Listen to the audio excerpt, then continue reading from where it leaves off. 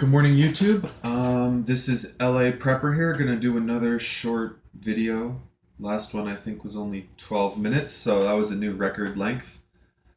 Um, Excuse me. So the title of this video is the permanence of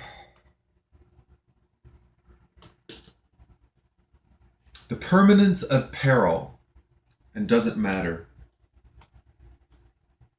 Okay. So I'm just having fun with some alliteration, but what I mean is when something happens. I don't think it's pessimistic to say when.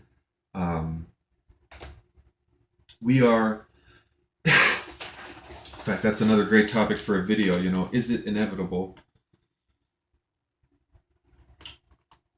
But since I'm going to talk about that in another video, let's talk about the permanence of peril. Something happens, world without rule of law, shit hits the fan, end of the world as we know it. Is it going to be permanent? And does it matter as far as your preps go? Okay, short answer, of course it matters. Going for a month without service is different than going a year without service when, public service, without capitalism. Of course, going for a year, going for 5 years is much harder for going than a year or a few months. The point I'm trying to make is that from the beginning up to if things get restored,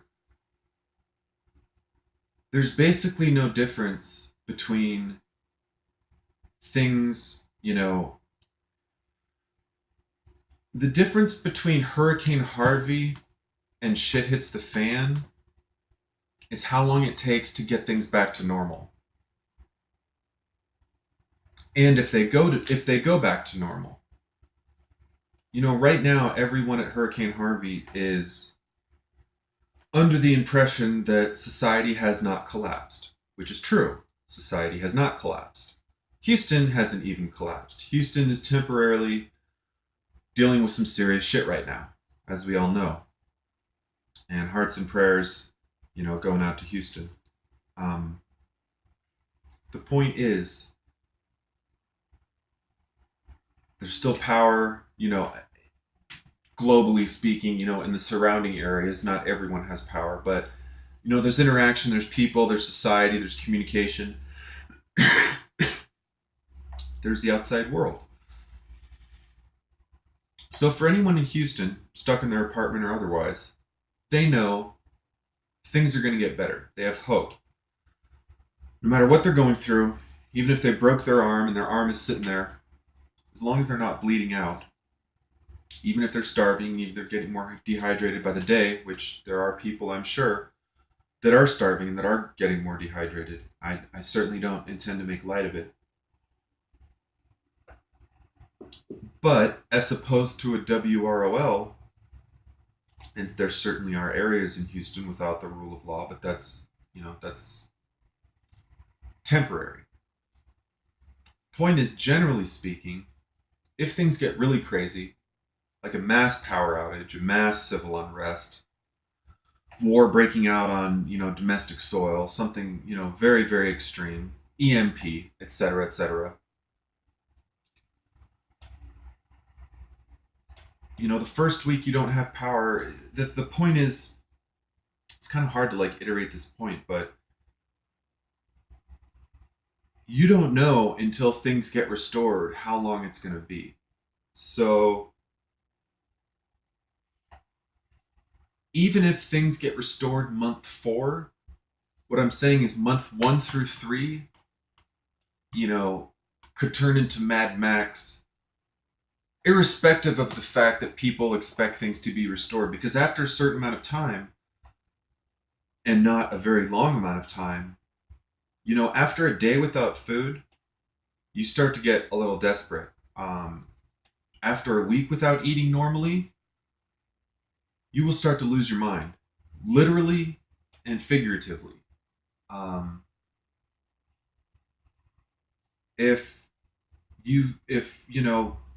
If our standard of living gets changed significantly for even a short-term time,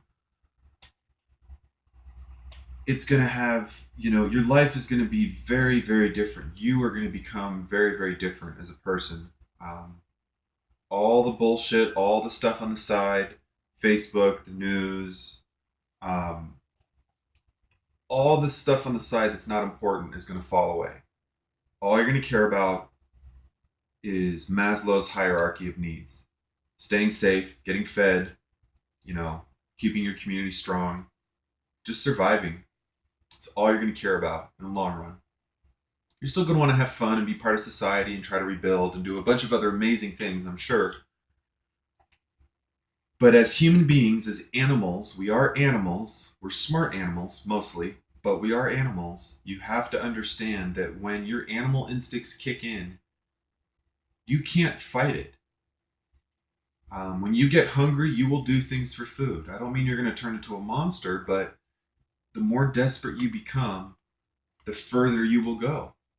And I don't mean, assaulting someone or stealing from your neighbor, but it could mean the difference between scouting a mile from where you live if you're bugging in, to scouting 5 miles, to scouting overnight. What if your preps are insufficient and it causes you to do an overnight scouting trip to look for food?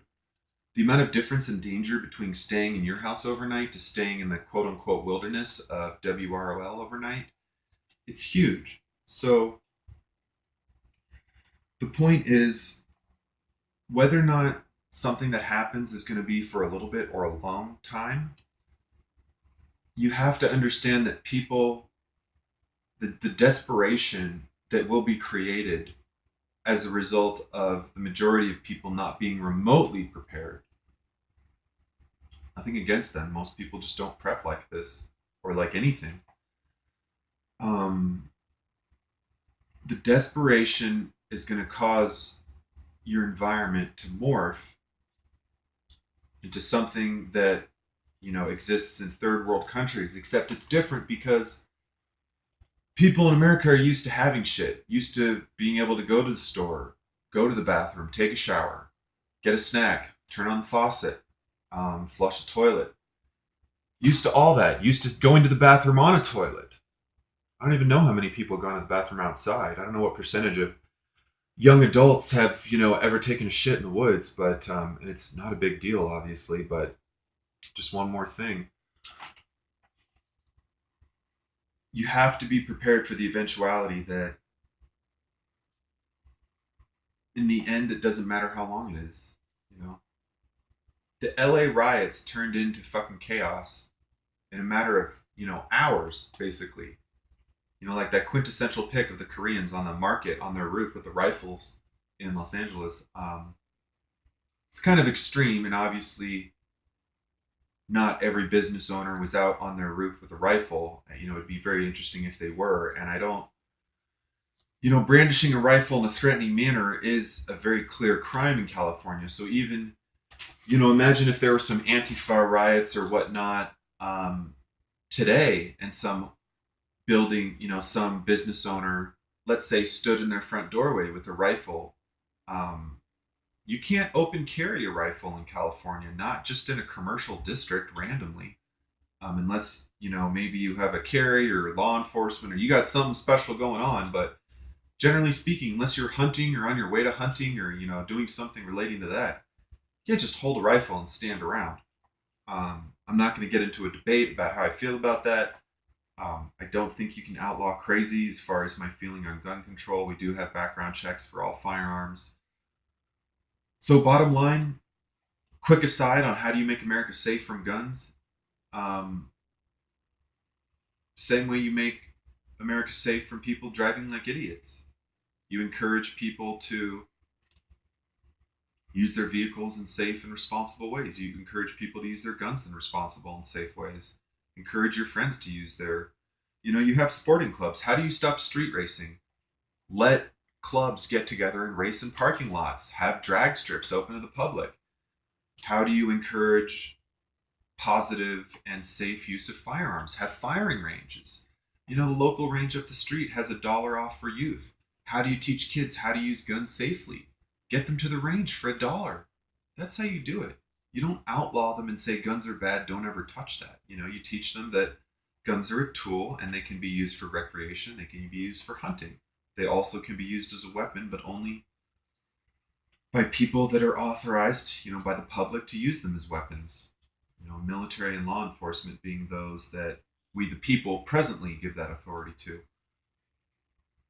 So, in conclusion, on the permanence of peril, whether or not it's going to last for a week or a month or a year, the types of behavior that you're going to see from people and the environment that that's going to create will basically be the same, unless we're talking about something that's really, really short term.